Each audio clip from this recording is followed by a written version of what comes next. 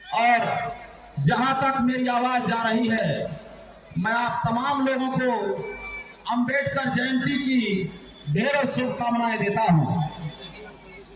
बंधुओं, इस कार्यक्रम को सफल बनाने में जिस लोग ने भी प्रत्यक्ष और अप्रत्यक्ष रूप से हमारा मदद किया, मैं उनको भी शुक्रिया अदा करता हूं, बहुत बहुत धन्यवाद कहता हूं।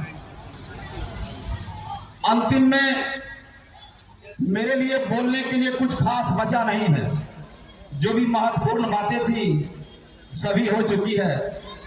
बचपन की चर्चा, संघर्ष की चर्चा, ये तमाम चीजें हो चुकी है। मेरे लिए जो थोड़ा बहुत बचा है, मैं उन्हीं में अपनी बात को रखते हुए इसे मुकम्मल करना चाहूंगा। मुझे तब बड़ी तकलीफ होती है जब लोग अंबेडकर को सिर्फ दलितों के मसीहा, आरक्षण के सूत्रधार, इन सारी चीजों में बांधकर उनके कद को छोटा करने का प्रयास करते हैं। यह कोई भी हो सकता है जो अंबेडकर को दलितों का मसीहा, आरक्षण के सूत्रधार, इन तमाम चीजों से उनके परिधि को संकीर्ण करने का काम करते हैं। जब आप डॉक्टर अंबेडकर को पढ़ेंगे, उनके बारे में जानेंगे, तो आपको लगेगा कि डॉक्टर अंबेडकर आरक्षण और दलितों के मसीहा से भी ज्यादा बहुत कुछ थे। इकोनॉमिक्स की पढ़ाई उन्होंने काफी किया हुआ है, बहुत इकोनॉमिक्स की जानकारी रखते थे, पीएचडी की डिग्री थी उनकी। और उसने प्रॉब्लम ऑफ रुपीज नामक एक किताब भी लिखा था। जिस प्रॉब्लम ऑफ रूपीज नामक किताब के ही आधार पर भारतीय रिजर्व बैंक की स्थापना हुई है, इस बात को भी हमें जानना चाहिए। डॉक्टर अंबेडकर ने मजदूरों के लिए भी काम किया, बहुत ज्यादा। मजदूर लॉज के तहत उन्होंने 12 घंटा 16 घंटा काम करने वाले मजदूरों के लिए एक व्यवस्था सुनिश्चित किया, जिसके तहत आज सभी लोग, चाहे वो मजदूर हों या सरकारी कर्मी हों, 8 एक सुंदर भारत का निर्माण नहीं किया जा सकता है। इसलिए उसने सबसे पहले हिंदू कोड बिल के तहत आवाज उठाने का काम किया कि महिलाओं को शिक्षा में बराबरी का अधिकार मिलना चाहिए। क्या वो अधिकार सिर्फ दलित महिला के लिए था? बिल्कुल नहीं, वो अधिकार समाज के हर एक महिला के लिए था। इस बात को हमें जानना चाहिए। इसलिए अंबेडकर के ऐसे कितने भी बहुत सारे कारनामे हैं जो यह साबित करता है कि अंबेडकर साहब किसी जाति बिरादरी के नहीं थे। अंबेडकर साहब पूरे समाज के थे, पूरे भारत के थे। यह अलग बात है कि उस वक्त की व्यवस्था के तहत उन्हें काफी जहर पीना पड़ा, लेकिन कभी उन्होंने उस जहर का इस्तेमाल समान मानव पर नहीं किया।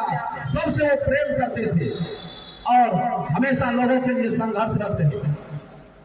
बंधुओं, उसका सिर्फ जो स्लोगन हम लोग पढ़ते हैं, शिक्षित बनो, संगठित रहो, संघर्ष करो, मैं 2 स्लोगन का 2 पॉइंट को अगर छोड़ दूं, सिर्फ बात करूं शिक्षित बनो, तो दुनिया का तमाम देश अगर सबसे ज्यादा पैसा खर्चा करता है तो वो शिक्षा पर खर्चा करता है। हमारे बाबा का यह संवाद सिर्फ भारत के परिप्रेक्ष्य में नहीं, पूरे विश्व के परिप्रेक्ष्य में सत्य साबित हो रहा है। ऐसे बहुत सारी बातें हैं जिनको हम अपने जीवन में उतारकर डॉक्टर अंबेडकर के बताए रास्ते पर चलकर अपने जीवन को उज्जवल बना सकते हैं। आज की परिदृश्य में आप देखेंगे, जैसा कि कुलानंद चाचा जी बोल रहे थे, दूसरे को कोसने से पहले खुद को भी कोसना सीखिए। जब आरक्षण के तहत मुखिया, सरपंच, विधायक बनने की बात आती है तो आप उसका लाभ उठाते हैं, और लाभ उठाने के बाद आप जिस समाज से आरक्षण का लाभ लिए थे उस समाज को कौड़ी के भाव आप नहीं समझते हैं। सबसे बड़ा गुनहगार आप हैं। दूसरे को गुनहगार मत बनाइए, दूसरे को जाति पाति के दायरे में लाकर आप अपना उल्लू सीधा मत करिए। याद रखिए, गलत गलत होता है, सही सही होता है। क्या यह सही बात नहीं है कि बहुत सारे लोग आरक्षण का पूरा लाभ उठाते हैं और फिर अपने आप को वो कुछ और ही समझते हैं, भूल जाते हैं अपने समाज को। पहले उन्हें शर्म आनी चाहिए, फिर वो दूसरों को जाति पाति, बहुजन या जो भी कहना है कहो।